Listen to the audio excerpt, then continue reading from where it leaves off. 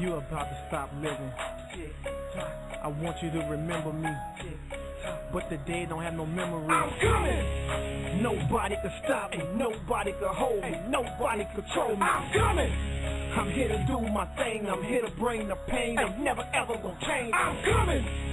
Nobody can stop me. Nobody can hold me. Nobody control me. I'm coming. I'm here to do my thing. I'm here to bring the pain. I'm never ever gonna change. Like Tropicana, I got the juice.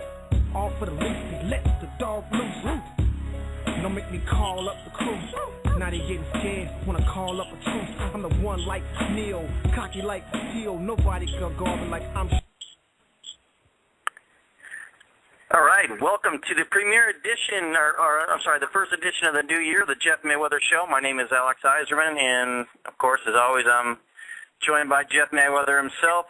Jeff, Happy New Year. How you doing tonight, buddy? So far, so good. I'm still here.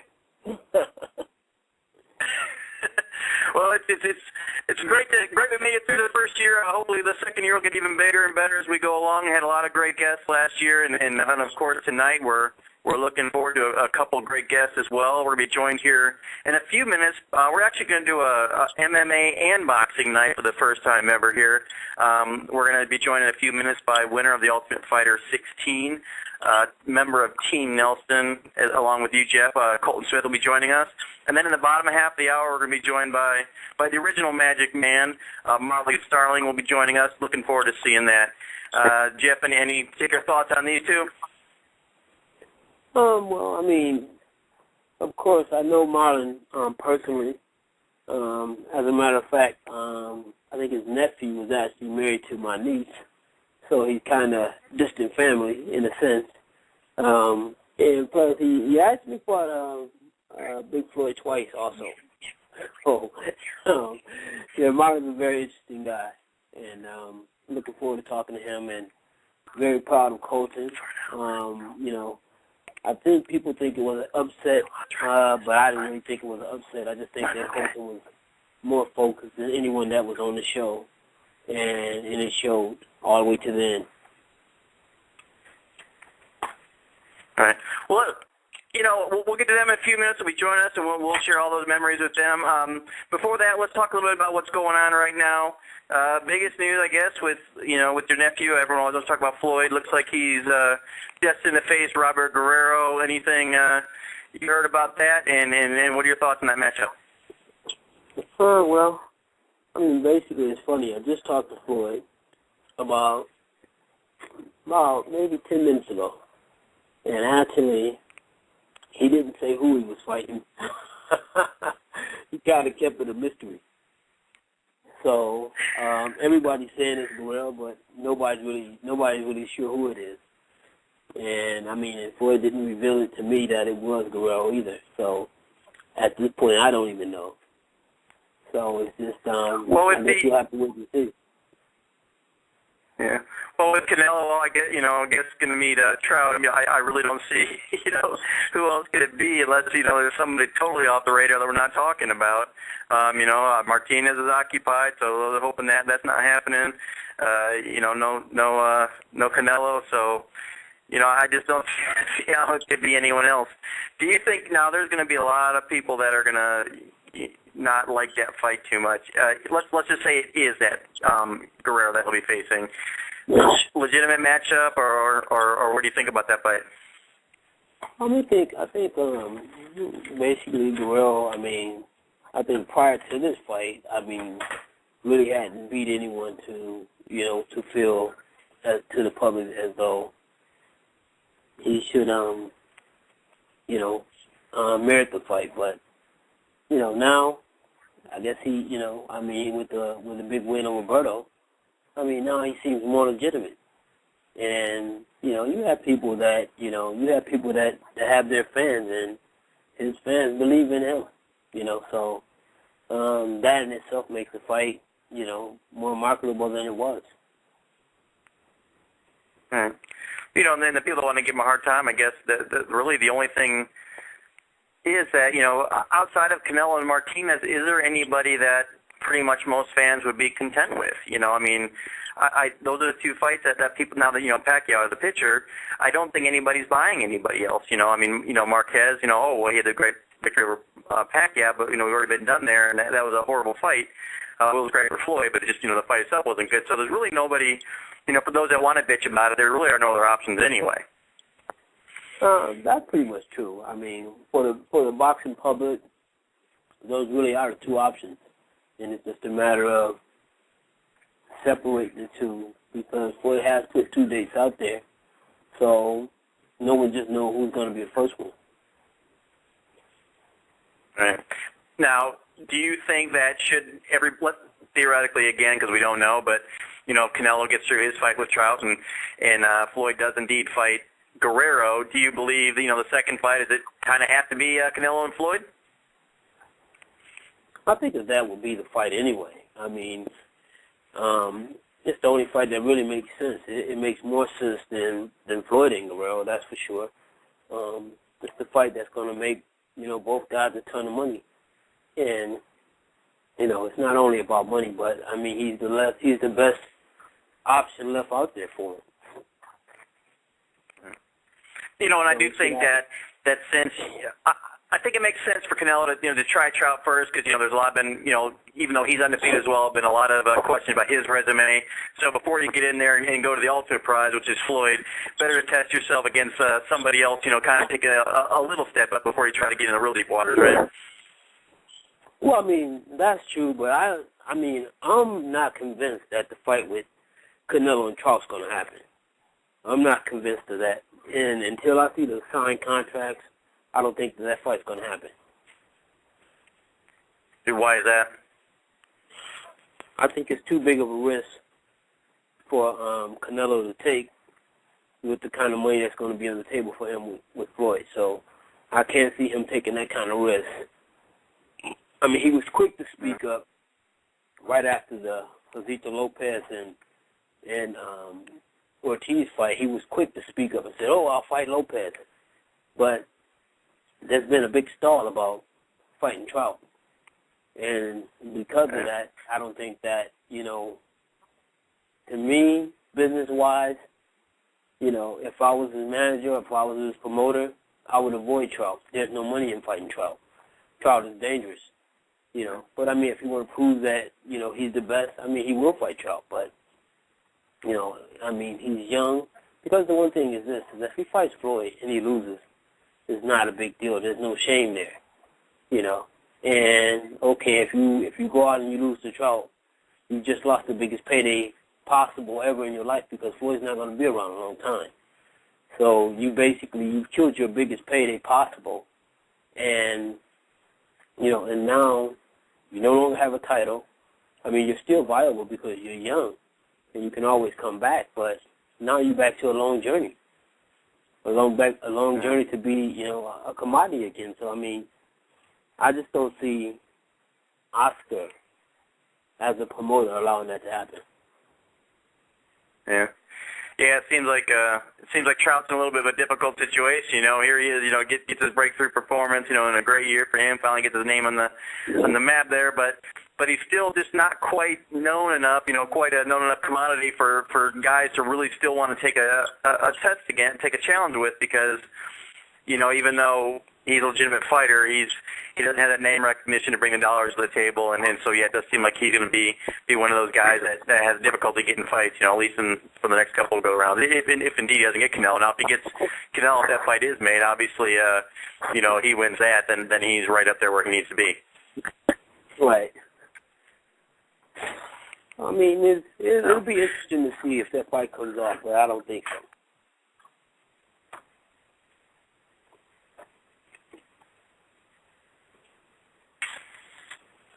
Are you there?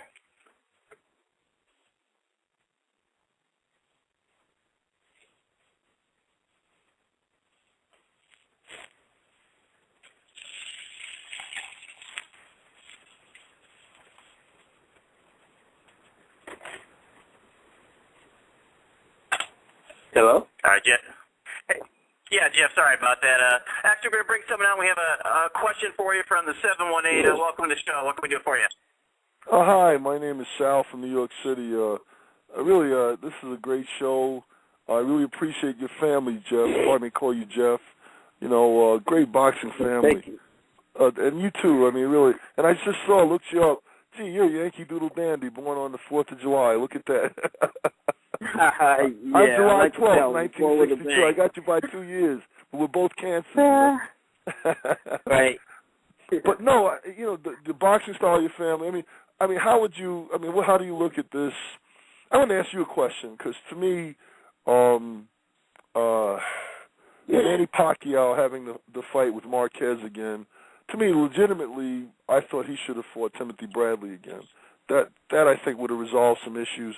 And I don't know what any insights you think, considering that they said it was controversial, but I thought it was a lot of hoopla. When I cut the sound down on that fight and I looked at it without any commentary, it was pretty close. I had it a draw, and I actually did have Timothy Bradley. I mean, so to me, I don't know if this really vindicates Timothy Bradley in terms of the loss, but I thought I saw Manny Pacquiao slipping in that fight. And I think because of that projection and our assumption, you know, you know how it is, you know, if you favor a fighter, you know, listen, if they throw a jab and it misses, people cheer. You know what I mean? So to me, I thought that was a very close fight. It could have gone either way. I mean, what do you think about should Manny Pacquiao have fought Timothy Bradley again after that instead of Marquez? And what does this tell you about the loss to Marquez? Well, I mean, I think, first of all, me personally, I thought that Manny won the fight, and I thought he won the fight clearly. And to be honest, if you listen to the telecast when it's live, not the replay, you'll also hear Timothy Bradley tell Bob Arum himself that he thought he lost. Mm-hmm. But, you know, with that being said, I mean, a lot of people have said the same thing that you've said, but, you know, still most of the people have said, you know, exactly what I said, you know, and basically, you know, even Tim Bradley himself, I mean, you're in the fight. When the fight's over with, you don't say, oh, well, I have to go home and watch the fight and because everybody's booing. You know what happened. You was there. You're in the fight. So, I mean, if you really thought in your heart that you won, you just act as though you won. The crowd, whatever the crowd say doesn't matter. It doesn't mean anything. You know, but, I mean, he acted as though he was a guy that was very unsure if he really won that fight. And, you know, and that was his attitude. And since that time, I mean, he's like went into hiding, it seems. It seems like even winning that fight, no matter how he won it, that, you know, he should still be, you know, out there, trying to pitch himself, trying to promote himself, you know, for the next fight. But it's just like he went into hiding, and it was like almost like, okay, well, everybody think I lost, so I don't even want to deal with the press. I don't want to deal with the media. I don't want to do anything. You know, and that's sad. I mean, because he, you know, whether he won the fight or lost the fight, I mean, on his record, he won the fight, and that's what counts. And he should be, you know, out there, you know, pushing, tooting his horn. And if he wanted to fight again, that's what he should have done. He should have been out there tooting his horn about a rematch. You know, saying to the public that if everybody think Manny beat me, well, let's do it again, and let's get the, you know, let's make it clear who won or who lost. But he chose not to. Mm-hmm. So who do you think your nephew, Floyd Mayweather Jr., who do you see him fighting again? I mean, you know, who's he fighting next? I forget who's he's fighting, scheduled to fight next. I mean, there's a possibility of him fighting Robert Guerrero. You know. Okay, the Ghost. That's right. Yeah, the Ghost. Yeah, the Ghost. I mean, I just like I said, I talked to Floyd about 10 minutes ago, and he never let me know exactly who he would fight. He just said, yeah, I'm fighting on May 4th. And that's what he said. He never said who it was. Yeah, you probably asked this question. You got to forgive me. I'm really intrigued by this. What's it like? I mean, obviously, you know, you and your two other brothers. To me, I always thought Roger Mayweather was a brilliant technician. You know, hey, Colton, this is Alex. I'll bring you right on the show, okay? Hello? Yeah, go ahead. Oh, I'm sorry. Yeah, no, I always thought that Roger Mayweather was a brilliant technician. I used to love. Obviously, I thought his chin wasn't that solid, but to me, I mean, I can see how Floyd says a great deal. He gives Roger a lot of credit for training him to be the boxer that he is today. Do you have any thoughts about that? Like, who in your family was the most influential in Floyd Mayweather Jr. becoming the fighter he is today? Well, I mean, of course, it's his dad. I mean, his dad built the foundation. I mean, the things that you guys are seeing now, Floyd was able to do at 6 years old. But the reality of it is this, is that his dad is also 13 years removed from his professional career. So obviously Roger has done a great job as well. So I think that they both have contributed, immensely to his career. All right, Jeff, let's go. Well, we're going to go ahead and wrap that up and move to the next. Sorry about that, little technical difficulties there. We're going to move to the next segment of our show. We're going to welcome on, and thanks for the 718. Thanks for that call there. Appreciate that. Going to move on, talk a little MMA here. Welcome on the show, the winner of the Ultimate Fighter 16, Colton Smith. Colton, welcome to the Jeff Mayweather Show. Hey, how you guys doing? Hey, how's it going, Colton? Doing very well, Coach. Good. Proud of you, man. All right, well, Colton, thanks for taking a few minutes to join us there.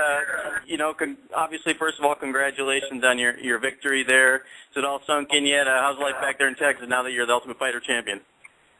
It's good. I'm training hard. We have a couple guys have fights coming up. Andrew Craig is fighting in Brazil on the UFC card on the 17th, I believe, maybe the 19th, and Tim Kennedy's fighting on the 12th in Oklahoma, the last Strikeforce card. So I've been really busy. They helped me a lot for my finale fight, so I'm helping them for their fights. Yeah, I'm kind of interested, as a former military guy, now I was a little more hardcore because I was in the Air Force, so we were a little more structured than you were there in the Army, of course. Hey, what are you guys laughing at? All right, well, anyway, the one thing that was kind of interesting to me, because I'm quite a bit older than you, and actually when I was in the military, active duty, it was right around the beginning of the UFC, back in 1, 2, and 3 and all that kind of stuff in the early 90s. Just kind of curious, so as far as getting to compete, being in the Army, how does that work? Are they all, things like, getting injured when it's not military duty, how does it work with the Army as far as they're, standing behind you and allowing you to compete in mixed martial arts? So, basically, I'm a non-commissioned officer, I'm a leader in the Army, obviously, and, the Army Combatives Program is a very big program right now. It's blowing up in the military and the Army. It not only teaches you hand-to-hand combat, but it also teaches you, discipline and having the courage under fire, and just overall having the ability to act under pressure with every aspect of your life. And I think that, they see this as an opportunity to push Army Combatives Program and show soldiers you can be an active duty leader as well as a professional athlete at the same time. All right. Now, as far as you're completing your actual obligations go, I know you took some special time off. You said you didn't take leave for a couple of years to get to compete in the Ultimate Fighter. How is that going to be coming up in the future? I mean, you still just going to train in your time off, or obviously it's part of your job and that kind of thing? But are they making some special considerations for you as far as training and that kind of thing goes, or are you just going to kind of be part-time until your military duties are up? I have about 18 months left on my current contract in the military. Right now, they do allow me some time to train, but the thing is, I do a lot of the training on my own off duty. So mission comes first, and then fighting comes second, obviously. So, I still train full time. I train just as much as any other pro fighter does now. So, I just have to juggle two jobs pretty much, and I have a family, kids, and so my wife is left with a lot of the responsibilities of the family. Well, Jeff, this is what kind of interesting to me, and you can get some insight on this, because obviously being in the military and being a father had to make it pretty interesting going into the Ultimate Fighter house and then competing with all those guys, a bunch of, mostly young single guys in a house. And Jeff, first of all, let's get to you. How was it with Colton, as far as, what's his discipline and dedication? Did he take it a little more serious than the other guys, or what do you think of him actually, in the training aspect of what he was doing? Well, with Colton was kind of like, he seemed like he had a quiet confidence about himself. He never really bragged. He never boasted or anything like that. But I mean, he always worked hard and always want to go the extra mile. And but there was always, I could always tell there was a confidence there, with inside of him. It's just that he wasn't a guy that was vocal like what's his name with the pink hair? I hate Julian. Yeah, Julian.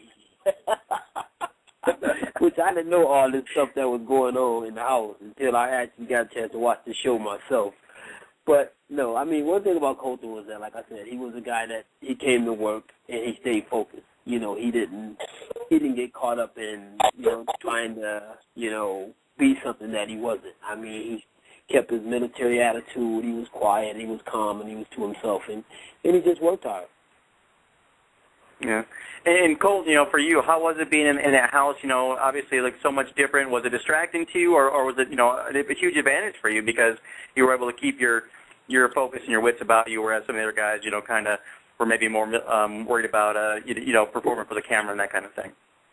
Yeah, coming into the show, I realized that on paper I was probably the least experienced guy in the house, but I knew my life experiences and my experience in the military that I'd have the advantage, and it ended up paying dividends. I fought some really tough guys right off the bat, some true veterans of the sport, been in pros for 10, 12 years, and ended up knocking a couple of those guys off. And I saw guys break mentally in the house. It wasn't so much they were breaking because they weren't up to snuff with their technique and with their abilities. They were breaking mentally, at the house, being away from their families, being away from their element, being away from their team. Luckily, I've endured that before, so I knew the further I went in the tournament, the more success I'd have. Okay. Do you think it's more difficult for a guy that's married and has kids or one or the other than maybe a single guy? On the one hand, maybe you have more life experience, but then on the other hand, you have a lot of distractions, or not distractions, but things you're worried about outside of the house that you really can't focus on and pay attention to, like your wife and family.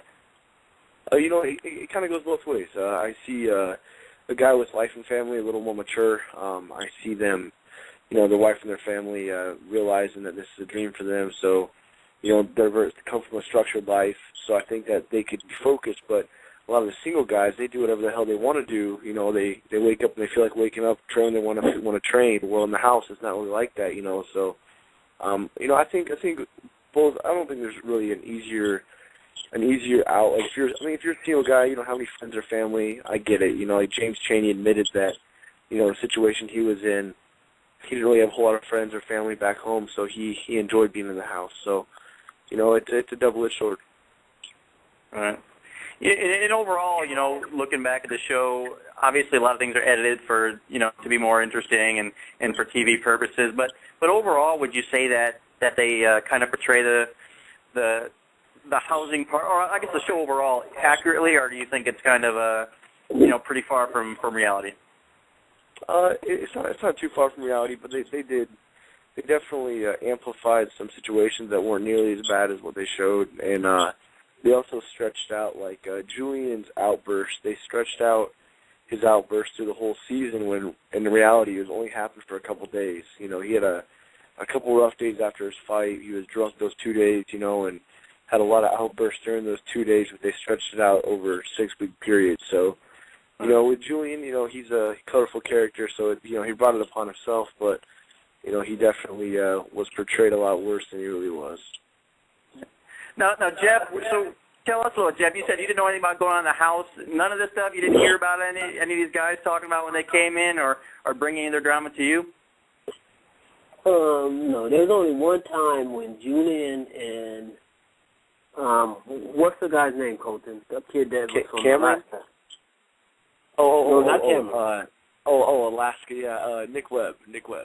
Yeah, him and Nick. I mean, I guess they had an argument at the house, and they brought it into, training, and they went full go at one another, and so that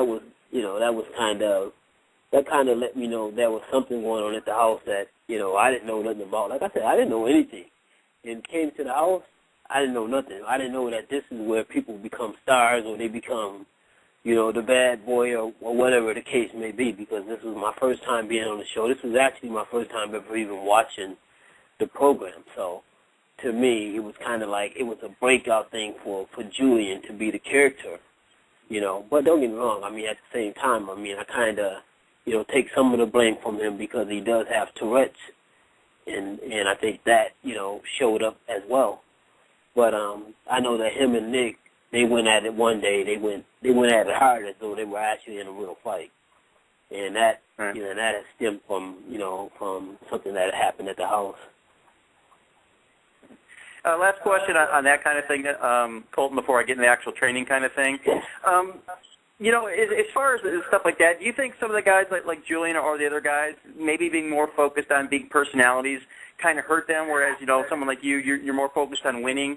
And did that give you an advantage there, just, you know, as far as not trying to be somebody necessarily that you weren't and just you know, focusing on the task at hand? Yeah, you know, I think that happens in fights, not even in the Ultimate Fighter, but as well as UFC fights outside. A lot of people are so worried about their persona, what they're wearing, you know, how they're looking, you know, what people think about them. They're on the forums and all that stuff. I think you need to worry about winning the fight. You know, that's the most important thing to me is getting in there, performing up to my potential, and winning the fight. And yeah, there's a couple guys in the house that are too worried about, you know, what they look like, you know. I'll rag on Mike Hill a little bit. He's my buddy, but, you know, always had his shirt off, always flexing, you know. I mean, always, you know, mugging everybody, you know. But I mean, that's what they do. That's not me. That'll never be me. So, you know, some guys have to puff their chest out to feel good. You know, I don't have to do that. So. All right. So you get drafted on Roy's team. Going in, did you have a preference of which coach which coach you ended up with, and how did Roy's style work with you? Before the Ultimate Fighter, me and my coaches back home and Tim Kenny and everybody, we talked about it, and we found out who the coaches were going to be. I wanted to be on Roy's team because he's from Vegas. I knew he could bring in some really good guys from Vegas, like you know, Jeff and the coaches he did bring in, you know. So I was definitely pleased with getting chosen for Roy's team. Now Roy catches a lot of slack, and they kind of portrayed it on that show as being that, you know, he didn't really pay attention. You guys are bringing you anybody in. You know, they didn't show all the coaches that he brought in, but, you know, Jeff has said many times, you know, bringing in people like Royce Gracie, the Diaz brothers, and that kind of thing. Do you think that the show kind of, and again going back to the same question, but focusing on Roy, did they kind of portray him incorrectly as far as, you know, being kind of non-caring about you guys and not really giving you guys the training you deserved? Yes, without a doubt. The producers don't like Roy. They didn't like Roy. They didn't like Roy when he was on the season.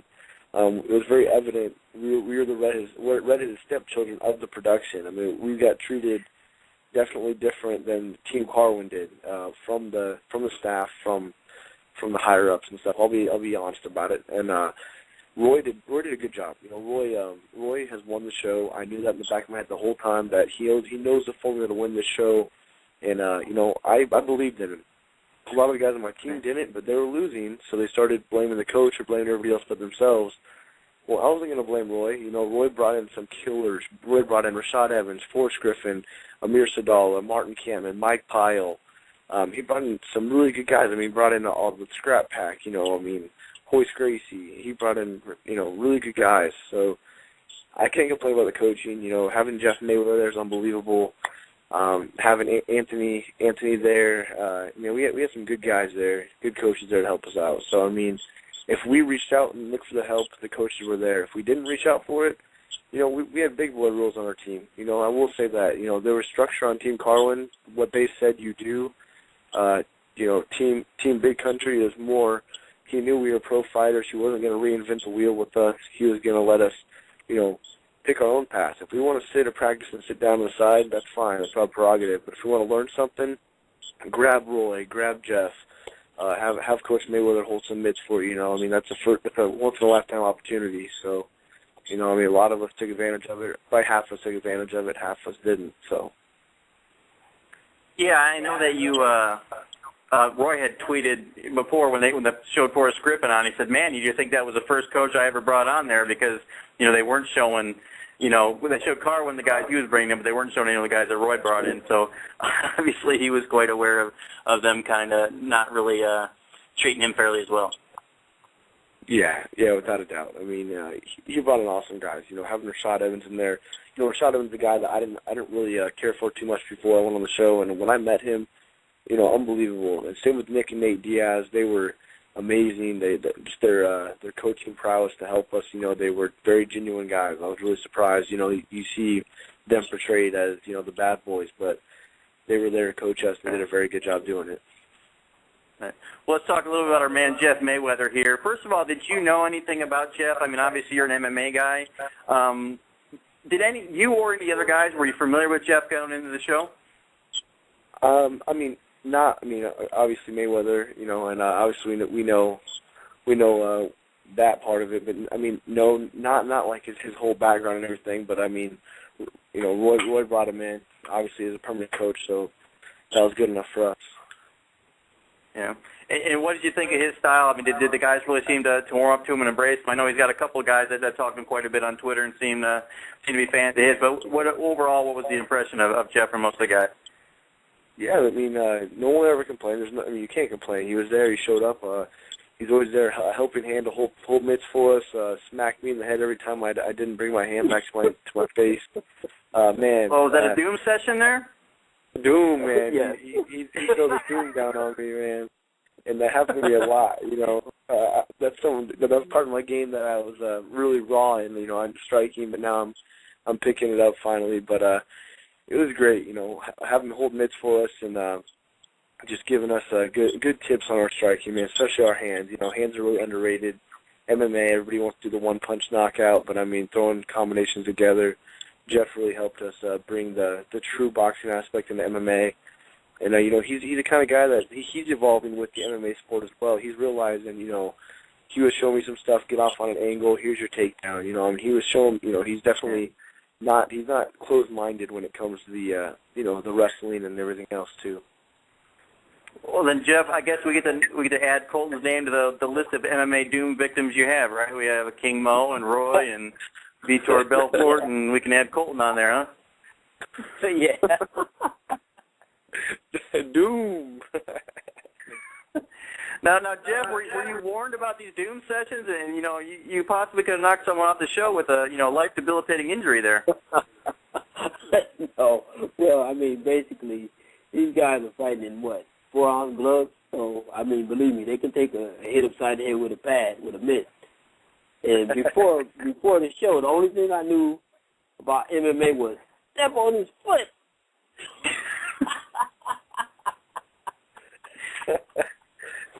Yeah, and I noticed, Colt, congratulations on your victory, but you didn't follow Jeff's MMA advice. He always tells everybody to step on their feet, and I don't believe I remember any foot stomps on there from you. No foot stomps, no foot stomps. No, but that was a great victory. I really, really liked the way Colton handled that whole scenario, because the other guy was more like he was flash and glamour and this and that, and it was almost like Colton's an old country boy, and I'm going to show you how it's really done. And locked him up, and that was it. No more. All the fancy stuff, all the other trash talking, all the drinking champagne, all of it didn't help at all. And GSP in his corner and all the other stuff didn't help either. So it was a great victory, not just, and also for me, for Roy, because of the fact that he caught so much hell on the show, and to see Colton, kind of like made things balance off to me. It was kind of like, wait a second, okay, well, this guy isn't doing anything, he's not teaching him nothing, he's not doing anything. Not to say that, of course, Roy didn't have a whole lot to do with that. Of course, Colton had a whole lot to do with it himself, because, he knew his strengths, and that's what he stuck with it during the fight. And it was, for me, it was gratifying, and, it was a great victory. Because it felt like it was a victory for not just for him, but for, everybody that was a part of the team. Yeah, let me ask you about that, Colton, real quick, going back to Roy. What were the basic, you heard a lot of people criticizing his coaching ability, and I'm sure the producers kind of, were feeding into that to make for good TV, because the whole thing was to make Roy look like, he wasn't doing his job. But overall on the team, were they really receptive? Did they like him a lot as a coach, or was it, really a lot of guys that weren't happy with him at all? Like I said before, I said in other interviews, everyone loved being on Big Country's team, but as soon as guys started losing, they wanted to blame everybody but themselves, and that happens a lot, outside of the show as well.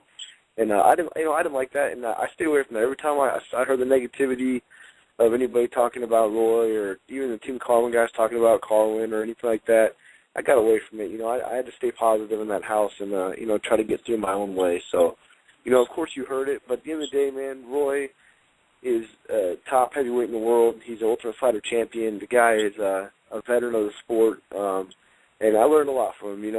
That experience is not negative in one bit for me. And win or lose, draw, whatever happened in the finale, I still would have had the same outlook. Nothing would have changed.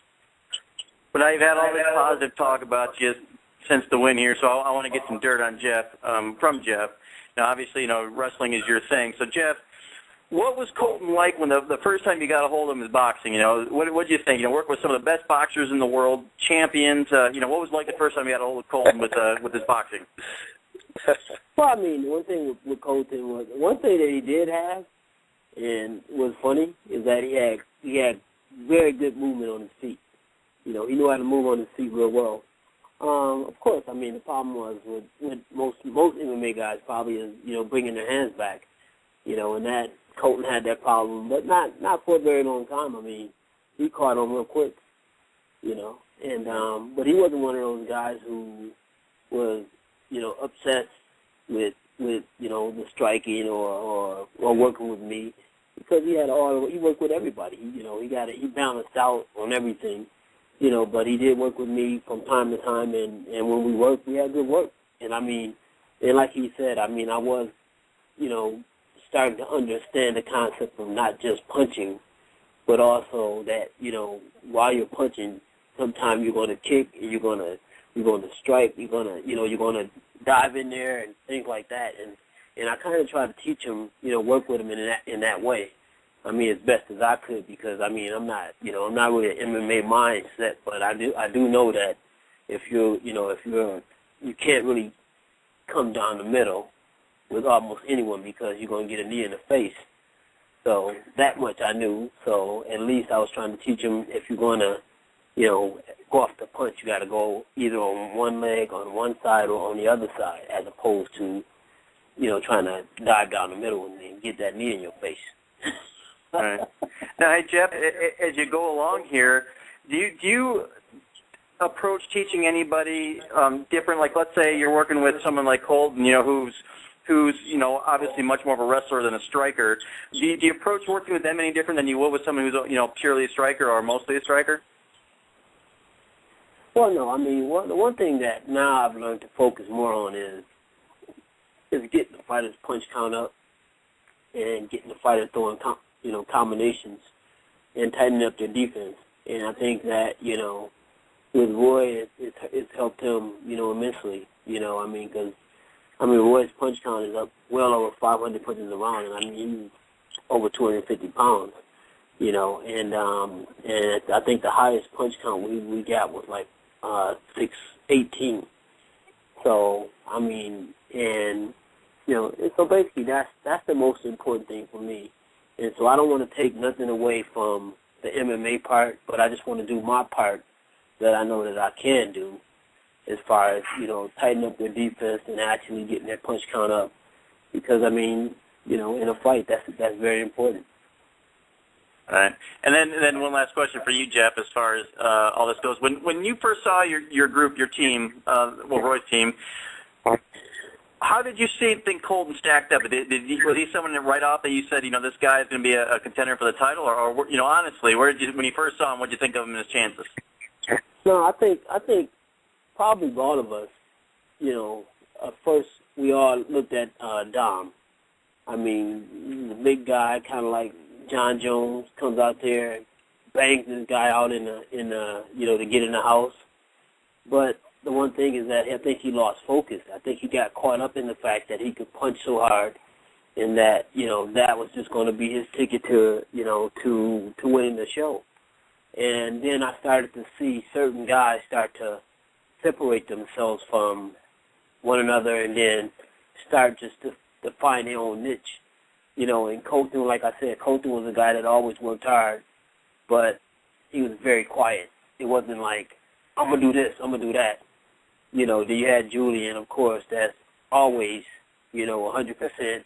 It's about show. It's like almost the cameras are always on me, you know, and I think Dom got caught up in that as well.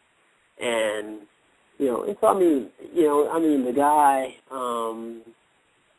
what's his name?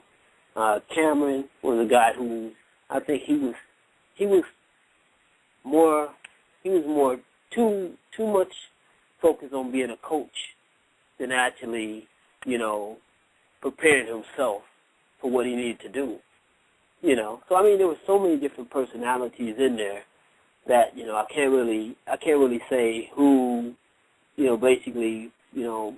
But as the show, put it this way, as the show started to progress, I could see, you know, Colton rising, because Colton actually won a fight with his eye completely busted, and I couldn't believe it because the guy never hit him in the face. I didn't understand that. I was like this fight is staged, because the guy never punched him in the face, and his eye was already busted. I couldn't believe it.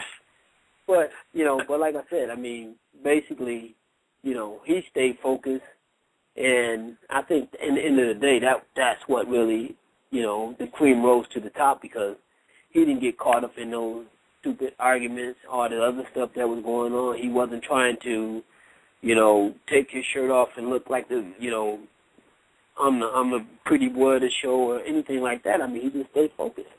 And that's what it seemed like happened. It just seemed like the guy who stayed the most focused and didn't get so caught up in the TV part of it actually prevailed. All right, just got a couple more questions for you, Colton, here, and then we're going to bring on Marlon Starling to be joining us. Just first of all, just touch on that a little bit, Colton. You know, your response to that. When you went into the house, did you feel, you know, from the beginning that you were one of the guys that had the best shots of winning, and, you know, even going in the final, you were an underdog against Richie? You know, was there ever any time that you thought, you know, maybe you were in over your head? I mean, I was the underdog the whole show. I'm talking from the first fight all the way through. Every guy that I fought, you know, on paper, they had a lot more experience, a lot more fights than I had. But, you know, that in my mind, you know, I wouldn't even try off the show if I didn't think I could win it. You know, I wasn't going to go there to be on TV. I went there to be the Ultimate Fighter champion.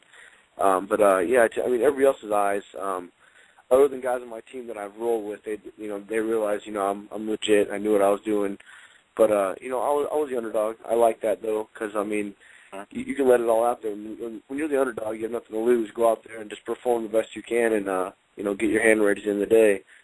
So that's just basically what I did. You know, I mean, every guy I fought had a lot more years of fighting than I had and a lot more fights. So I had to show, you know, I was there to belong. All right, and then, you know, as far as your thoughts on other guys in the house, you know, who are some of the guys that were maybe a little underrated to you and then, you know, probably should be in the UFC in the future? Man, you know, you'd be really surprised, but Nick Heron Webb, you know, a lot of guys probably don't know this, but that kid, 22 years old, you know, already has 16 pro fights, but all around, he was decent all around. He didn't really lack in any area, except for focus. But other than that, you know, technically wise, he'd give anyone fits on the feet, on the ground, in the wrestling department, anywhere in practice. In the fight, he kind of choked a little bit against Igor. But Nick Heron Webb's a guy. I mean, you know, the whole team, everyone on the cast was good. I mean, they were, you know, people said it's a boring season, but when they say it's a boring season, I say we had 16 very, very tough guys who just kind of nullify each other's skill sets, and it might have appeared boring when you watch the fights, but you know, it's high level guys in there. You know, you have guys like Sam Alvey. He's beaten a lot of good guys. Guys like Bristol Morundi. You know, they both beaten very good guys, and they both got knocked off pretty quick in the tournament. I mean, you know, they're facing tough competition. So you know all these guys, 16 guys, you're living with, well, 15 guys, and you. Anyone that you're really tight with after the show that you know you're remaining buddies with? Well, you know, I talk to everyone. I talk to not everyone. I talk to Igor, Julian, and I talk every now and then. I talk to just about everybody from my team. Mike Hill every now and then he calls me up. We see how he's doing and stuff. And Joey Rivera, Sam Alvey, me and him talk. That's about it though, you know. And every now and then I'll see some Twitter action, from the rest of the guys, and we'll jump on it and talk crap about Nick Webb. Or, no, I'm just kidding, but we'll get on there and get a rise out of people, and rag on somebody, make fun of C-Core. I don't know. So what are you doing as far as finally let's wrap up this. As far as your striking, who are you working with to improve that? Now that you don't have Jeff anymore to be whooping you around with your Doom session. Man, I've been very blessed. I have a guy named Jason Schaefer in my corner. He did my game plan for Richie, and obviously it wasn't the flashiest game plan. The biggest thing was having the orthodox advantage against the southpaw, getting my foot on the outside. When he comes in, when he commits, send a 2-3-2 down the pipe, and get off on the angle, look for the takedown. Luckily, I didn't even have to do that. He came in, committed on me. I took him down every time.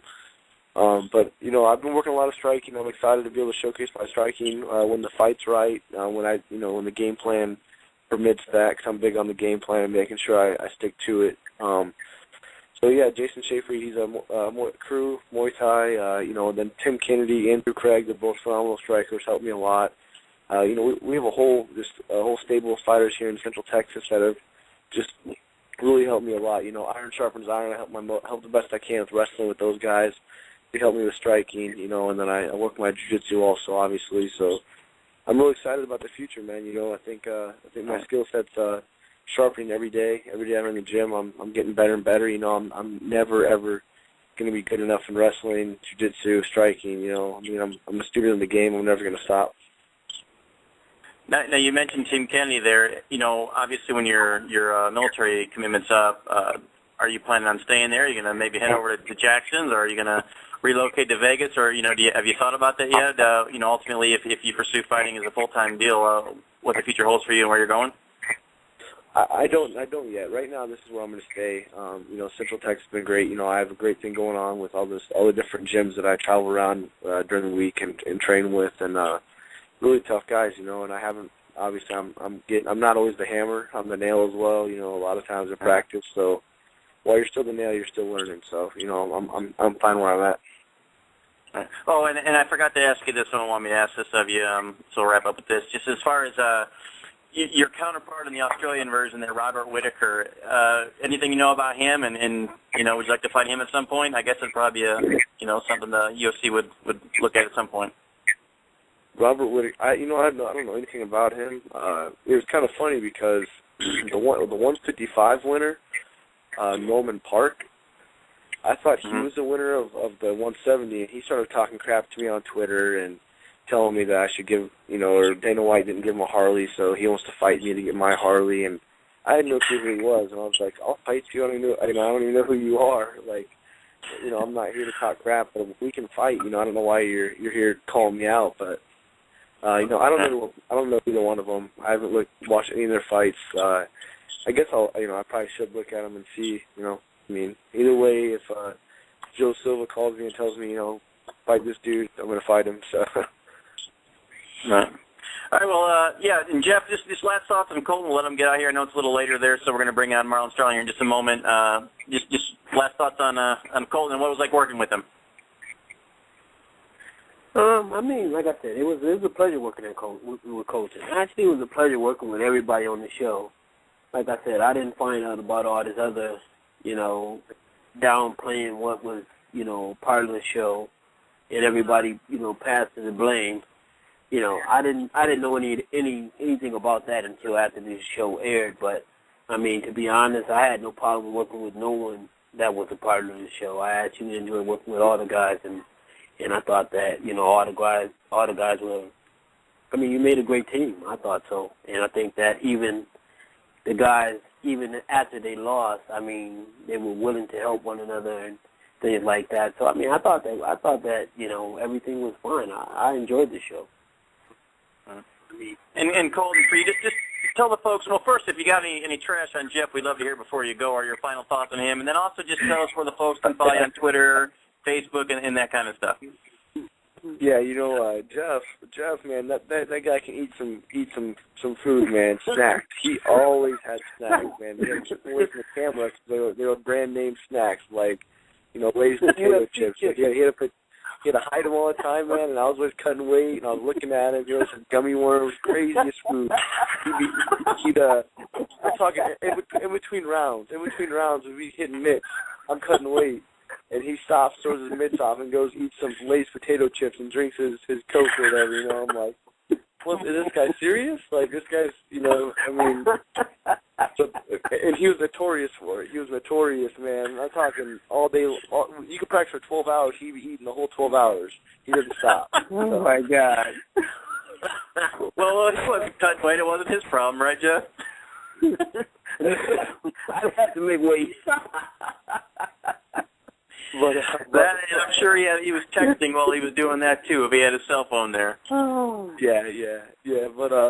But follow me on Twitter at Colton Smith MMA. I have a fan page. Facebook's private, but I got a Facebook fan page.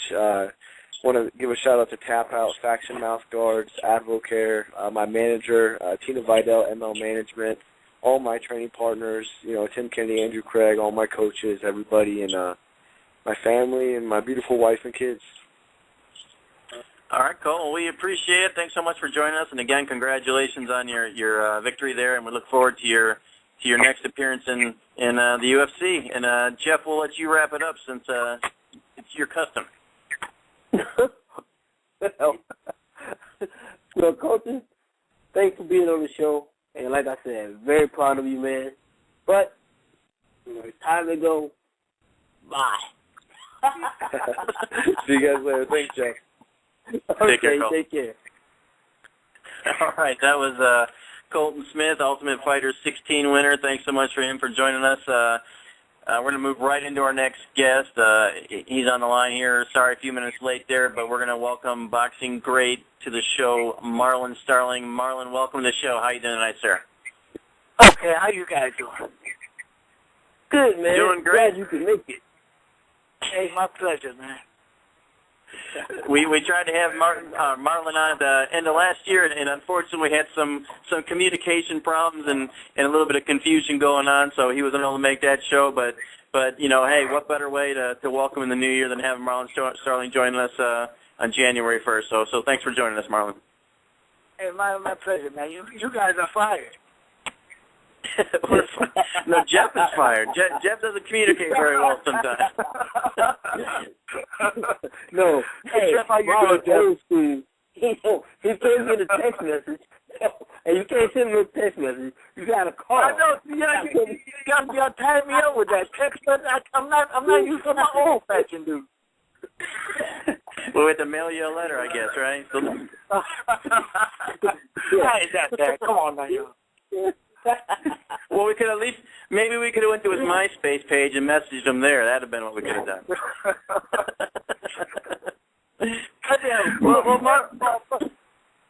First of all, I want to say Happy New Year to you guys. Thank you, too. Well, Marlon, let's just catch the folks up. You know, what's going on with you? What are you up to these days? I know you've been really busy since you retired a while ago. You've done different things, so you know, kind of catch the folks up with what you're doing right now. Well, right now, believe it or not, I'm out of work, but I'm working with fighters in the gym. I enjoy the sport of boxing. You know, my old lady always tell me I'm you know, boxing is what I love to do, and I love to. I'm a great trainer. I love training these guys that think they know it all, but don't find out that don't know nothing. Well, you know, before we get into that, Jeff, I want to back up here a second. What are you doing in inviting Marlon Starling on the show after he beat up your brother 2 times? What's up with that?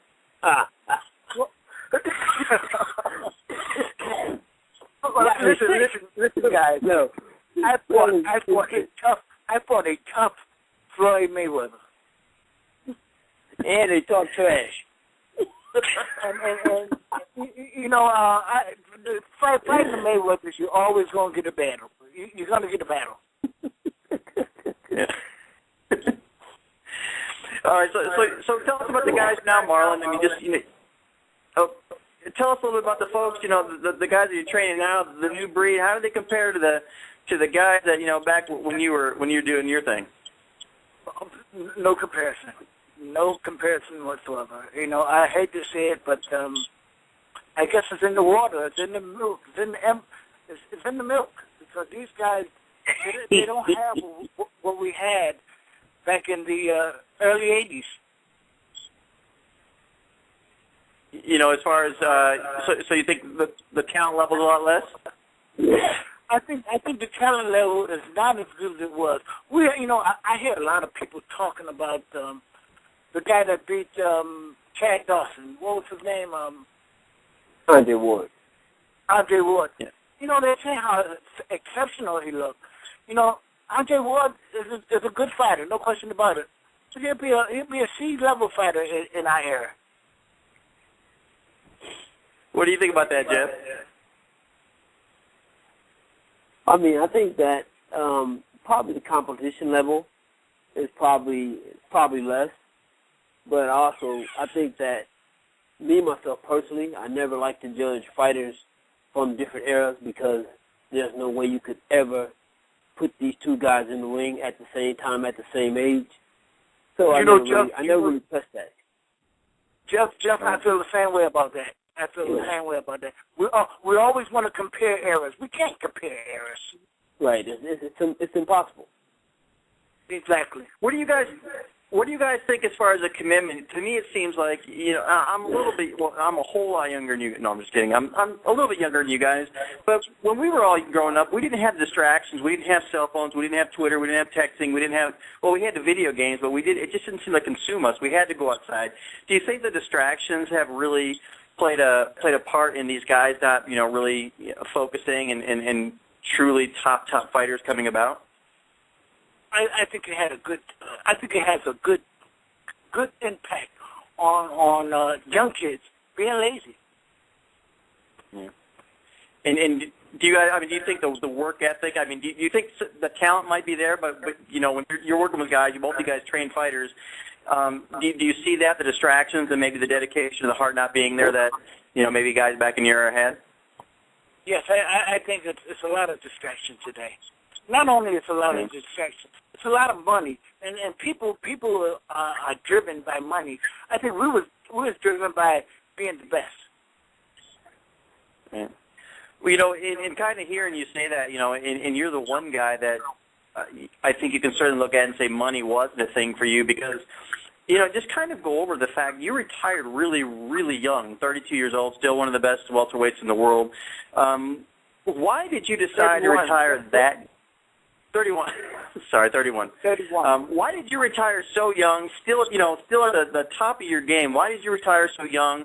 And also, how were you able to not ever come back? I mean, so many guys have retired and come back and retired and come back. So go over that a little bit with us. Well, the reason why, for one thing, I didn't look at the age. I looked at how the body felt. And not only is how the body felt. Too many of my friends were champions. So you didn't want to have to fight them?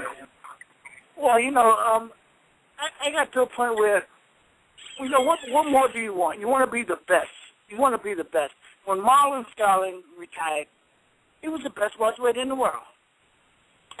Yeah. Hey, and Jeff, you know, he's always kind of claimed that the reason he retired is because you were ducking him. Any truth to that? Well, you know, I think me and Jeff boxed a few times in the gym. You know, he was a Mayweather.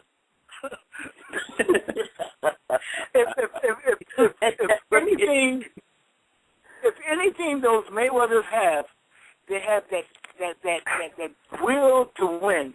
And I know when I fought Floyd twice, I didn't beat him up. I beat him off me.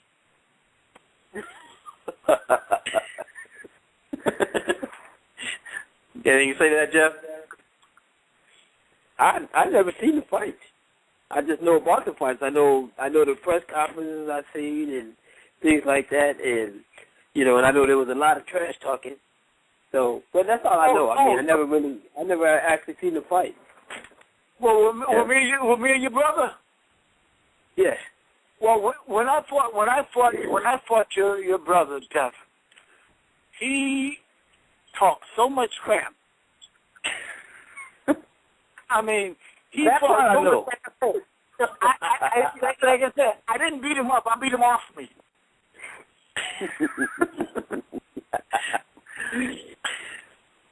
Well, one thing I had seen in an interview, you were discussing Floyd Jr. and you know, and his level, or you know, where he's at now and how he'd have compared, you know, in your day had he fought. You know, what do you think of him as a fighter? And do you? I guess you had said you don't think he'd be undefeated if he'd fought back in your time. But how do you think he'd have stacked up against the better fighters back then? Well, I think with Floyd Jr. Floyd Jr. is he's not what you call real fast, but you know he's very sharp. I think with Floyd Jr., I think you have to give him a lot of feints, and you have to keep him in the middle of the ring. He's a good fighter, no question about it. But, you know, in my era, he's beatable. No question about it, he's a good fighter. But in my era, he's beatable. Don't forget, now, we went 15. What do you have to say about that, Jeff? How do you think he'd have done? How would he have done against Marlon Starling? No way of telling. Like I said, I mean, I don't compare fighters from different eras.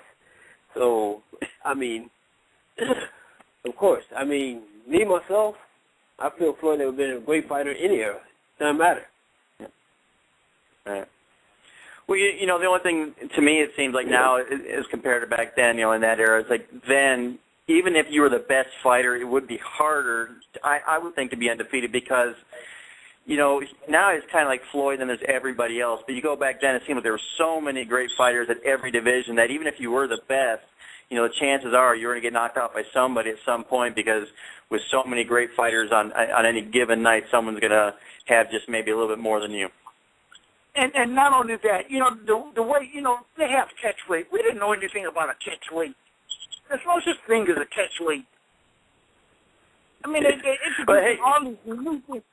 What is a catch weight? That's when they want to put two guys together and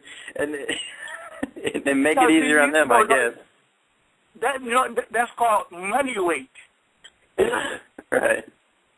But Marlon, that's money weight. But Marlon, you got Marlon. You know who created the catch weight? Who's that?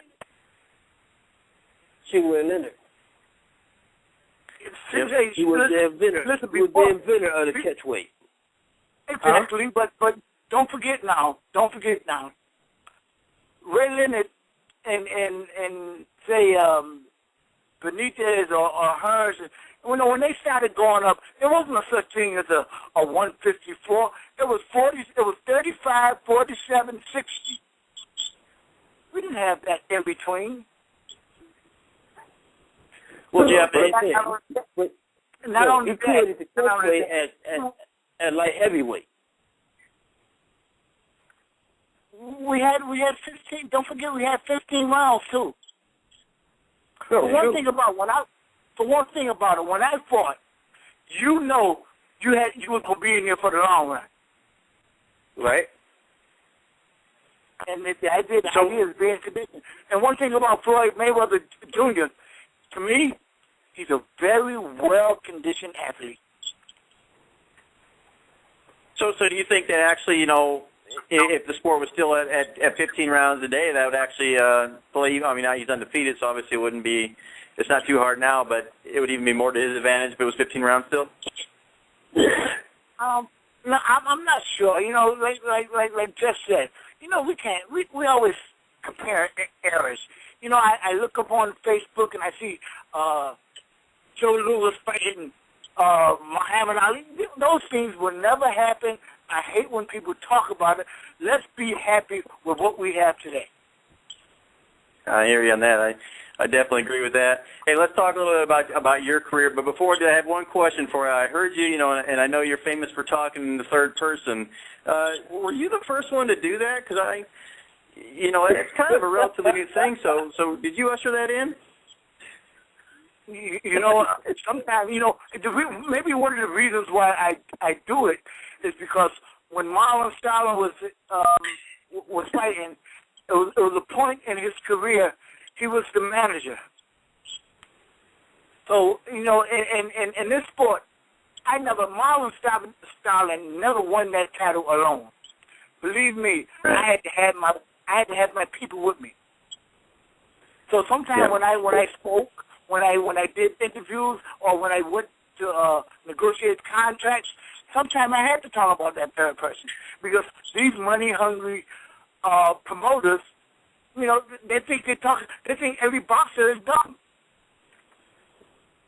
Yeah, that's one thing that's sad, you know, is that you know, the way they try to take advantage of a lot of these guys, and a lot of the boxers that let them, you know, and guys that can stand up and take care of themselves and make sure that they're getting the right end of the deal. You know, your hats off to them, and you know, it's better for them. There's too many stories of guys that had great careers and ended up being broke and you know, couldn't take care of themselves because they were screwed in some way by the manager. So, you know, it's definitely good to hear about the boxers that were able to handle their own business.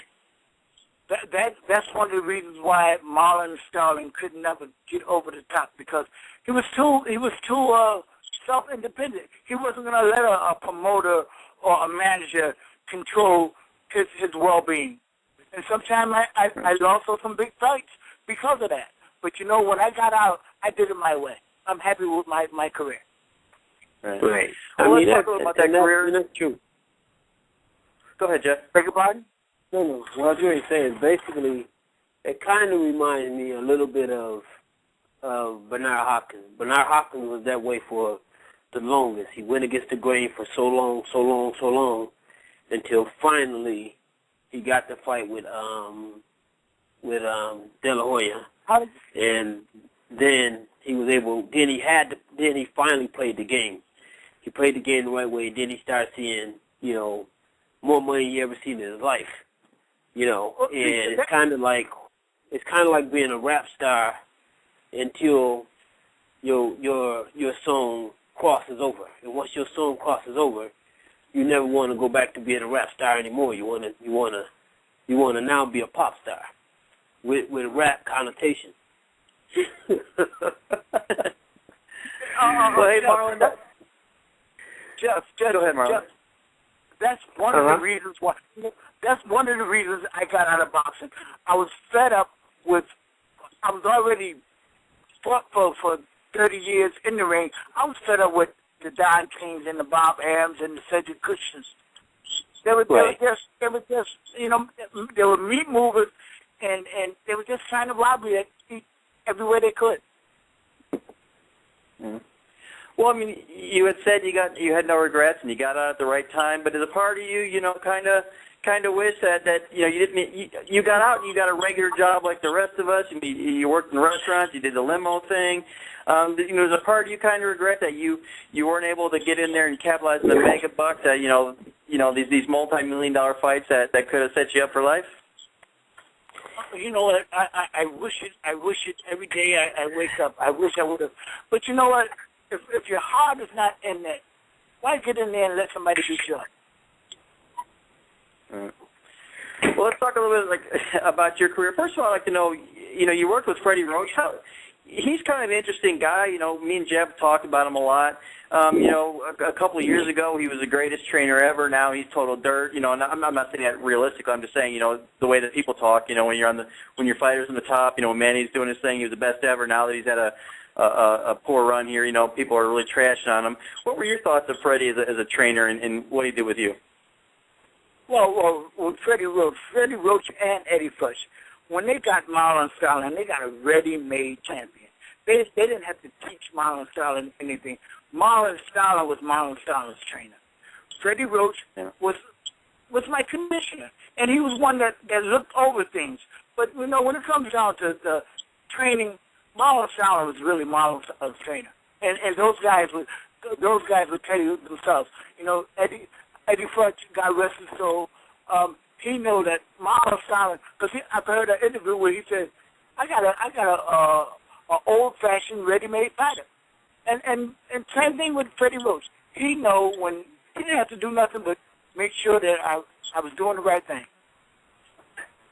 Right. Now, Jeff, we talked about that quite a bit as far as trainers, you know, and guys like Freddie Roach or other ones that kind of get guys right at the top of the game, and that kind of, you know, people maybe give them more credit than they deserve just because they happen to have a hot fighter at the time. So as a trainer, I guess it's kind of strange asking you this, but, you know, how much how important is really a trainer? I mean, if you have someone like Marlon Starling in his prime, Manny Pacquiao when Freddie got him, how much of a part do you guys really play in their success, and do you deserve?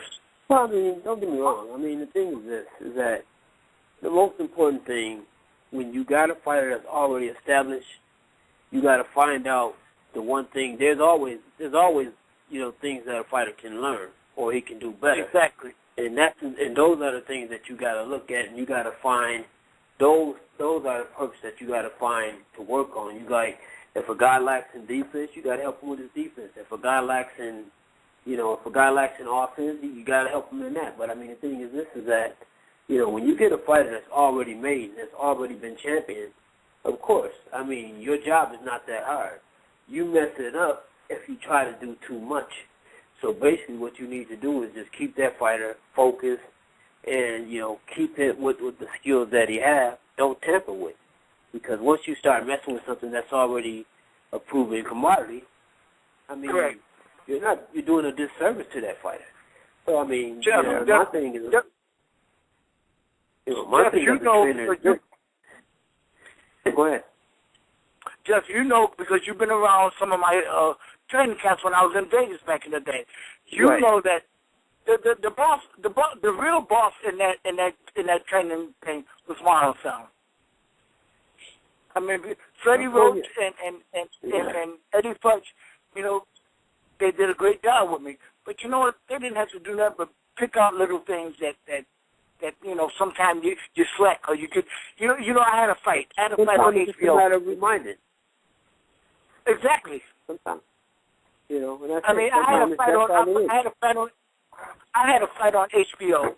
It was my last fight under contract with my promoters, the last fight under contract with my managers, and I got hit after the bell. The only thing I can say happened in that fight was I got too comfortable. No, that's the Marlon fight, right? That's the Marlon fight. Yeah, that's a famous fight.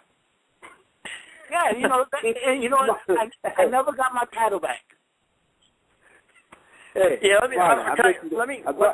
let's talk about it 1 second. I just want to finish up one thing on the training thing, then I do want to talk about that fight and a couple other ones. But real quick, Jeff, we had mentioned, I don't want to throw any trainers under the bus or any people, but we've talked at length about one person. But finishing up on the trainer thing, is that the biggest mistake you think trainers make when they get with the new fighters, not adapting their style? Like I said, I know the one person in particular you think has really not progressed because the trainer was trying to change his style. So do you think that's a huge mistake when you get someone like a Celestino Caballero or someone that's already a great fighter trying to change him to suit you? Is that a huge problem? I mean, I think it is when, as a trainer, I look for what I feel that fighter needs. I mean, with Celestino already was a proven champion when I had him. But the one thing with Celestino's 6 foot tall, fighting 126 pounds. He don't need to be fighting. He needs to be boxing. And that's the one thing that I changed with him. I mean, he already knew how to move. He knew how to not get hit. He knew how to dance around and all those things. But he still would never use his jab. He always wanted to be in harm's way by wanting to, be combative. You can't make a boxer try to be a fighter. I mean, you can't make a boxer to try to be a fighter. You can't do that. What I did was, if you want to fight, I'm going to box you. And if you want to box, I'm going to fight you. I did it all. Right. Well, let's get to that infamous Tomas Molinares fight. Originally it was you lost the fight. They overturned it. It became a no contest, but he still got to keep the belt. All these years later, do you regret how it was handled? Did it piss you off, or what are your thoughts on that fight? I want my belt. I want my WBC welterweight championship belt. So how does that? I mean, Jeff, let me ask you: how should they normally if something overturned later on? Should they have? Did they make the right decision, letting him keep the belt, or should they give him the belt back, or how is that normally handled, or should it have been handled? I mean, I should have got the belt back, but what? I should have got the belt back, but you know what? Today, it's not the belt that brings the money. It's the title that brings the money. Right. Well, you actually. Well, let's talk about a couple of these other fights. Really, you had 2 fights with Breland. Just your thoughts on those. Great fights. You won one. You had a draw there. Thoughts on Breland as a fighter? It seemed like he was, when he was an amateur, he was the greatest ever, and he had a really nice pro career, but just didn't quite seem to live up to what people thought his capabilities were. Well, one of the reasons, they brung him up a little bit too fast because he shouldn't have fought Marlon Starling at that time. He wasn't strong enough for Marlon Starling. When I fought him the first time, I fought him from the heart, and I dogged him, right? But the second fight, I fought him from the head like you're supposed to, and I had no problems. I mean, that first fight with Breland was the worst fight I ever fought in my career, and I won the title. And Jeff, what were your thoughts on Breland? I believe, didn't you at one time say that you thought he was the greatest amateur ever, or what were your thoughts on him and as far as his pro career? And did you see the fight he had with Starling? Yeah, I tell you what. I tell you one thing wrong. I mean, he.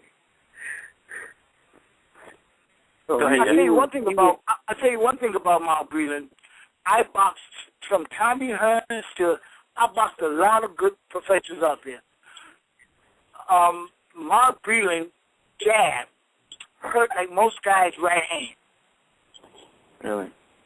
And people always say, Jeff, Breland's going to be people said Breland's going to be a easy fight. Breland was one hell of a fighter, but we really couldn't see it because he wasn't seasoned enough to fight Marlon Starling at that time. And Jeff, what were your thoughts on Breland? I mean, I thought Breland was he was a great amateur, but and that's it. I think that the amateur style didn't transcend over to the professional style. And don't get me wrong, I mean, if he wasn't touted as highly as he was as an amateur, what he achieved wouldn't be a big deal because he still became 2-time world champion, which is great, and for anyone to be 1-time world champion is great. But because of his status as an amateur was so prominent and and it was so big that expectations of Marlon Starling, of Mark Breeden was beyond real, and so because of that in itself, he never lived up to the billing of what everybody thought he was going to be. And it's sad. It wasn't really his fault. It was the media's fault. Well, Jeff. One thing about Marlon Starling, right? I didn't want to be the WBC champ or the WBA champ. I wanted to be the best. Right. And I can say, February 4th, 1989, people around the world, even my peers, they say, you know what, that Marlon Starling is the best welterweight on the planet. That's when my career was over. Yeah, I was going to talk about that victory against Lloyd Hunnigan. You pretty much consider that the high point of your career then? Well, the only reason why I say that is because I beat everybody from all around the world, from London to New York to Tokyo. I beat them, and when I fought Hunnigan, which Hunnigan was doing all that talking, I treated him like a baby. I had him eating in my hands. Right. And Jeff, you saw that fight, right?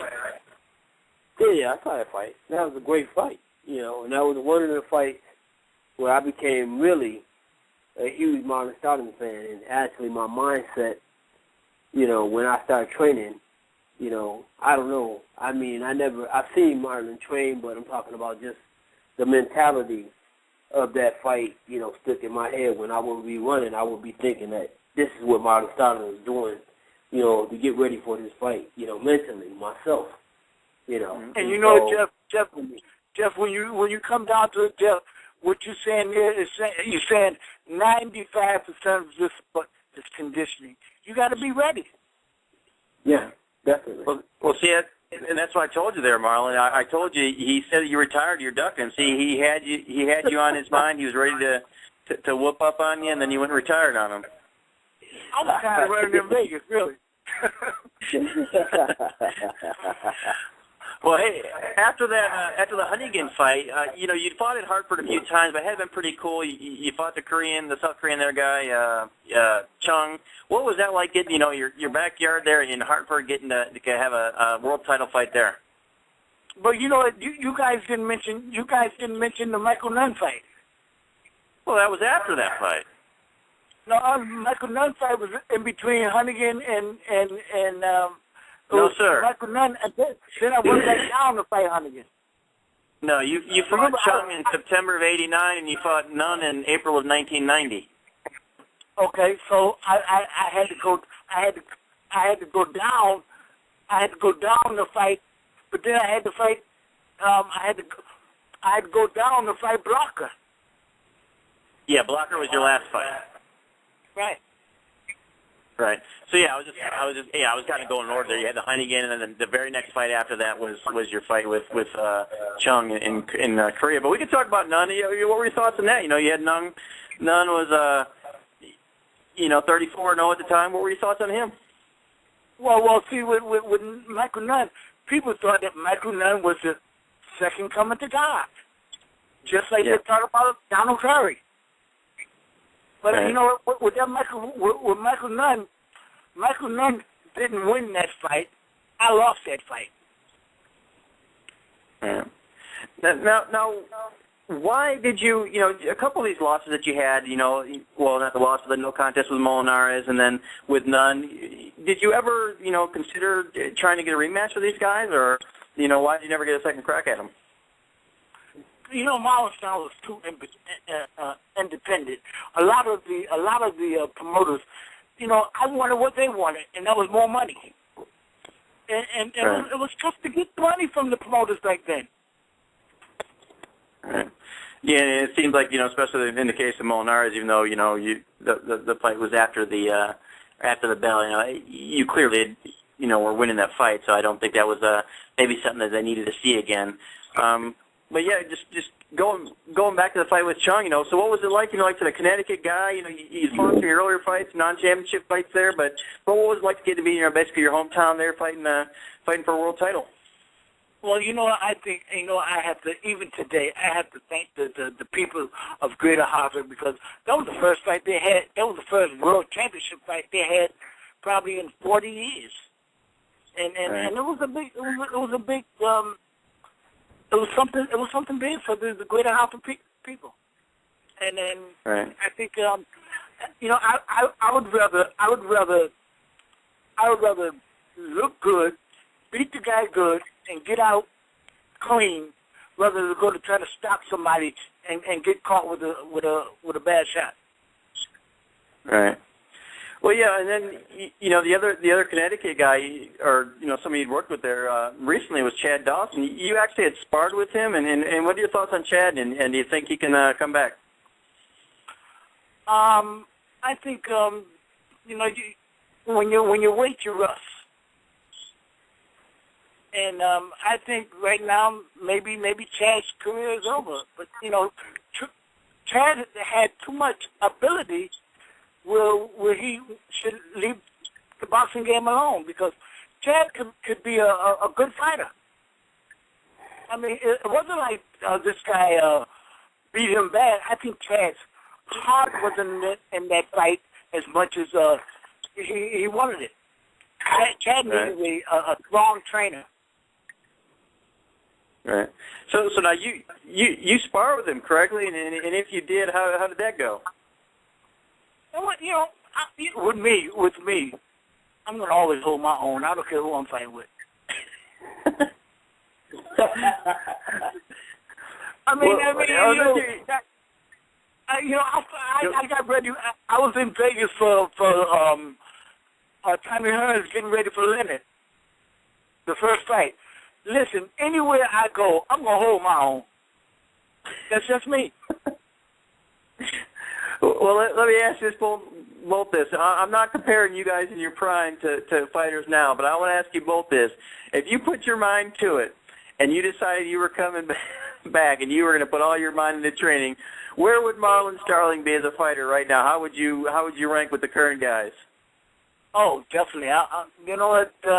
You think Pacquiao and Mayweather would be a good fight?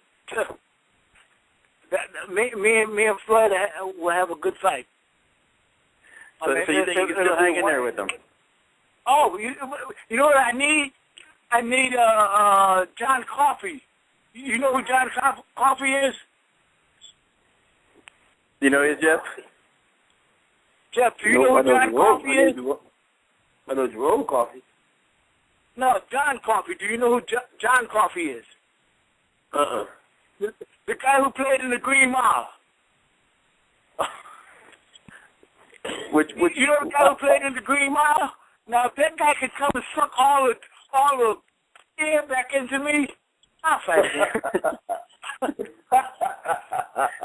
I mean, if he can clean my body out to where my body is 30 years old, I'll come back. So, Jeff, what about you? Where's 87-year-old Jeff Mayweather stack up if he came back?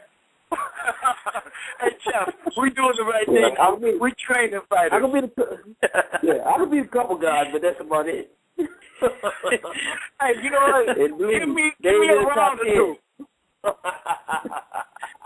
Yeah, that'd be the round. Give me a round or two. A round or two, and I'm done. Well, Jeff, I saw you with Irish Brian Reynolds there doing your thing, so, you know, I think you can take him at least right now, right? Yeah, well, he's 15, so I think I can take him right now. Probably take him too, I'm sure. Hey, Marlon, this last question, was there ever a point that, you know, having retired at 31, you know, you said you walked away, you had no regrets, but was there ever a point where you said that, you know, maybe I'm going to go try to fight again? I did, but you know, every time I thought about it, I didn't feel it. I didn't feel that. I didn't want to train. I didn't want to do it like that anymore. I mean, it was just when I was boxing, I loved the gym. I just didn't want to do it. And when you don't want to do it, I'm not getting in that ring and making myself look bad. And the only way I'm going to make myself look bad is not being in shape. Right. Well, you know, it's great that you were able to see that and know that, you know, you didn't have what it takes. You know, I guess that's the hardest thing is that the fighters or football players, you always hear them saying, you know, they love the game itself, but the preparation is what made them retire because they realized that they just didn't have the desire or the want to get in there and put in all the hard work to get into the ring. So you know, Jeff, it's great that he was able to realize that, but is that something that's real common for aging fighters or, well, I would say aging because Marlon wasn't that old when he retired, but for guys, can you kind of see it in them and kind of... You say that I wasn't old. Remember now, at that time, I did most of my life. I started when I was 8 years old. Right. Yeah, so you might have been young chronologically. You definitely put the miles in. I put the miles in. Yeah. I wasn't a fighter that sweat. You never see Marlon in a boxing match where he's gasping for air in the 10th round. I was ready to go. Right. Well, Jeff, you know, as a trainer, what's the first thing that you see go normally? Is it the skills, or is it the desire to put in the work that's necessary to be a champion or an elite fighter? Well, I mean, sometimes it's a combination of both. I mean, but, you know, basically, I think sometimes when a guy gets to a certain level, sometimes he thinks that he's there, and he forget how he got there. He forgot that he was hungry. Sometimes that can be the downfall. And, you know, and then sometimes, you know, like I said, sometimes a guy gets full of himself and they just don't work hard anymore. Exactly. So, I mean, you're right, Jeff. It could be a combination of both things, you know, that can bring a fighter down. And also, when you become an older fighter, you got to work harder than a younger fighter. You know, because I mean the shortcomings that you have as an older fighter, you know, the things that when you were young were able to get away with. I mean, a young fighter, what you're going to be facing is sometimes you'll be facing, like for instance, say Marlon Starling may be facing Marlon Starling, but his name may be Robert Charles, but it's the same thing as when he was young. He's facing himself in that ring, and sometimes that's your biggest opponent when you face someone that is able to do the things that you were able to do, but now he's doing them to you. You know, and Jeff, that is so embarrassing, ain't that? When you know you can see it, and you can see it, you can see it, but can't do it. I mean, there's a lot of times, you know, I go in the gym, and I can see me beating these guys good. But when I'm ready to do something, they don't. Well, the one thing I think that's really commendable about both of you guys is that, you know, you both had good careers, and both of you, you know, unlike a lot of these guys that hang in there for way too long, you both left, you know, relatively at the top of your game. You know, you both knew, because, you know, Marlon Jeff was kind of said the same thing as you. You know, he knew that you know, his heart just wasn't in anymore. Well, I guess yours was a little different. You said you felt older, but, you know, Jeff just knew his heart wasn't really in fighting anymore, and he didn't want to, you know, continue with the sport, knowing that you know, if he couldn't give it all, that he, you know, he didn't want to go in there and get knocked around anymore. Right, Jeff? And that's the truth. That was my thing. You know, every time I go in the gym and I want to do it, you know, after a while, you said that I come out of the gym and I said, I hurt for 2 or 3 days. Right. That's true. That's not fun. Not at all. And this is something I love to do.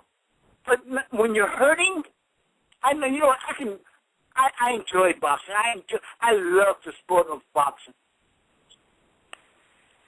Well, yeah, it sounds like you do, Marlon. It was, you know, it's been great having you on tonight. It's great hearing stories from you, you know, and it's you know, it's good to know you're still involved in sport, training people, and, you know, I definitely think the sport could use some more people like you, because you're quite an entertaining character. You know, is there anything else you want to wrap up as far as, you know, telling the folks anything you have to add? And also, you know, tell them where they can keep up with the, I know you have a Facebook, where they can snail mail you. Don't text you, we know that, but, you know, do you do Twitter or anything like that? Well, listen. I'm a trainer I'm a good trainer looking for some good work. I'm not a babysitter. I'm not a babysitter. I'm a good trainer that's looking for work. There you go. All right, and then where can they catch you on Facebook? I guess look up Marlon Starling and. Oh, well, you can reach me on my email. My email is magiciknow@yahoo.com. Or either on my Facebook page. And then you got, I'm sure you do Twitter and Instagram, huh? And probably not, right? No, I don't do Twitter. I don't do none of that other stuff. Last question. You're taking it man into the future. Hey, Jeff, I'm old-fashioned. Come on, let me be old, okay? I know. And last, I have a question actually for you, Jeff. What do you think of Marlon? You know, he says all his big game, but he stole his name from Antonio Tarver. What do you think about that? Oh, no, wait 1 minute. Let me get that in. Please, don't laugh. There is only one Magic. Listen, it's a Magic man in basketball that was Magic Johnson. We came in the league at the same time. Okay? There was only one Magic man in boxing, and you're talking to Heat. Hey, I got one thing. To ask Marlon. I bet you don't remember this. Okay. I asked you this about when the fight with Marlon Starling, because one time I remember they used to document it, so they should show it so much when you would say, I was not knocked out. No, Okay. Jeff, I got another one. Do I look back out?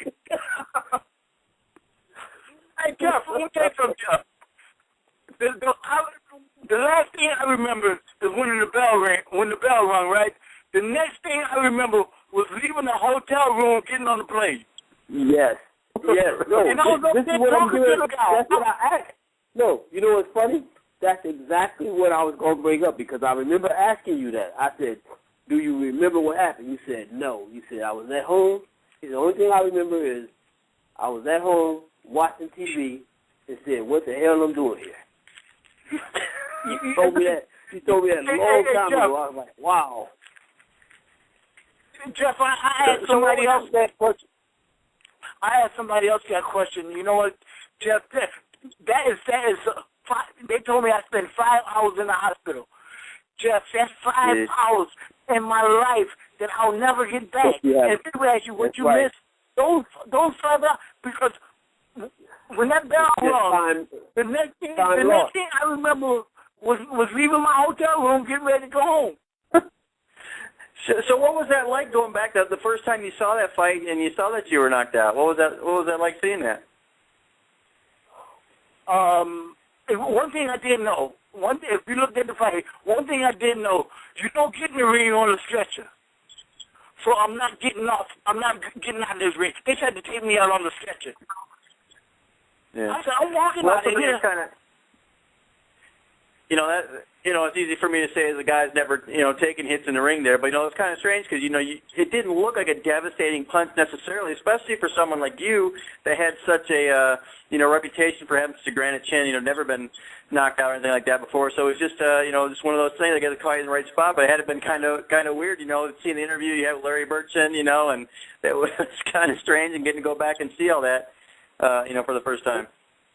Listen, it only takes one good shot to put you out. Yeah. Yep. Turn off the lights. Turn off the lights. Right. You're right. All right, Jeff, do you have anything else for... Hey, Jeff, like Teddy says, turn them off. Turn them off. I mean, listen, if that wouldn't have ever happened, right, I went through a whole career in a tough era, never being off my floor, never being off my foot. That's pretty good. And you can say never within the actual time of a round, because it was after the bell, so never actually during a fight. That's right. That's true. That's official. Well, Jeff, do me one favor, Jeff. Jeff, ask Floyd, will he sign a contract to fight me? I'll fight Floyd. I'll fight him next week if he wants to.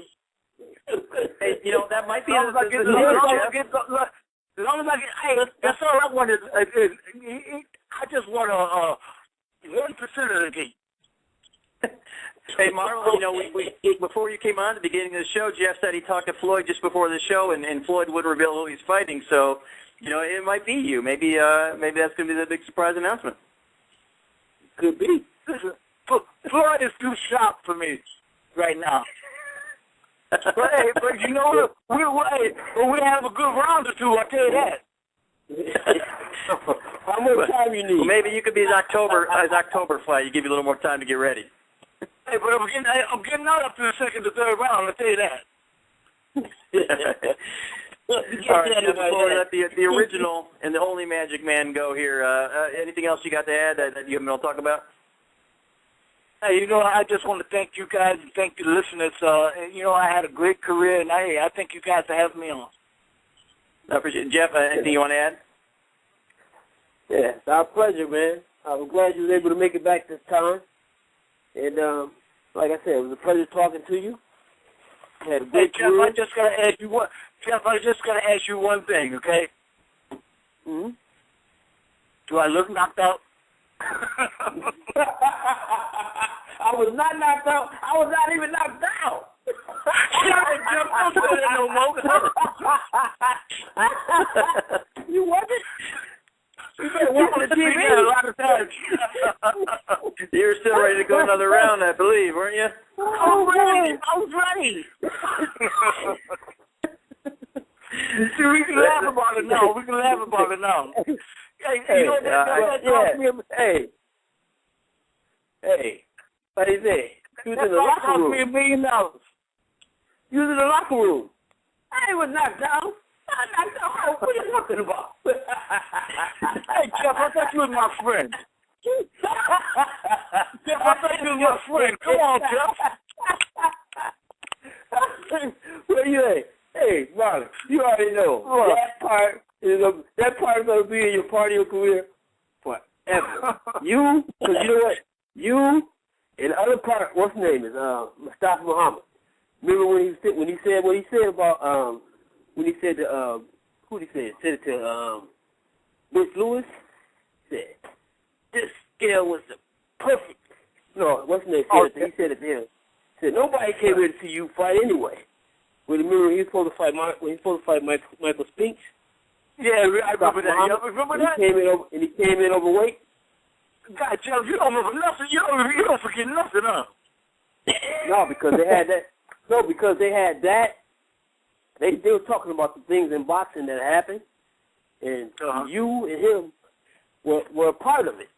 That's why I remember it so clearly, because you two were a part of it. Because he was like, Mustafa said, no, Bush Lewis said, this scale right here was perfect. No scale has ever been calibrated more perfect than this scale. And then Mustafa said, nobody came here to see you fight. You can shut up with all that stuff. I know. That's it. You remember those? Hey, Jeff, you know, back in our era, we had a good time. One thing about it, I had a good time with the sport of boxing, and I respect what they're doing now.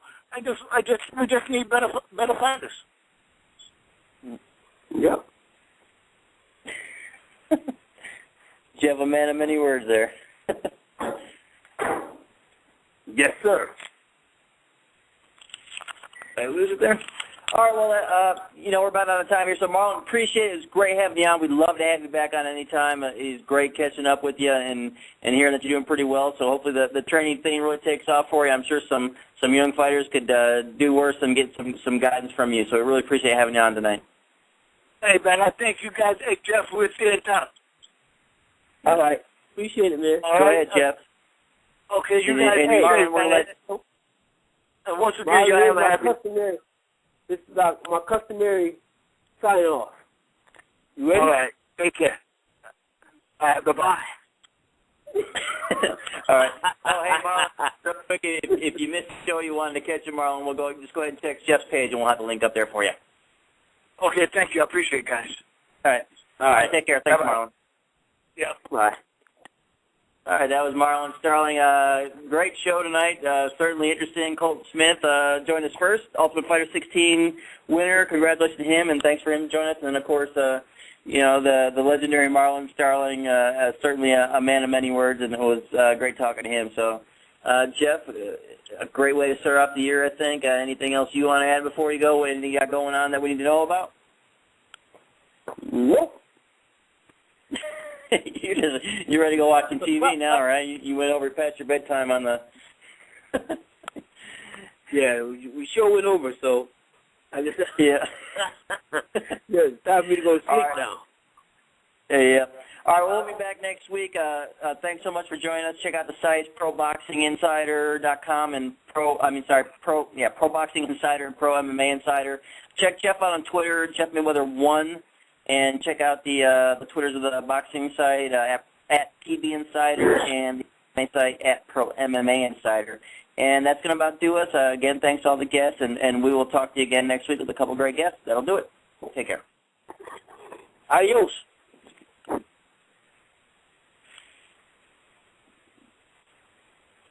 2, you hear the clock ticking. You're about to stop living. I want you to remember me, but the day don't have no memory.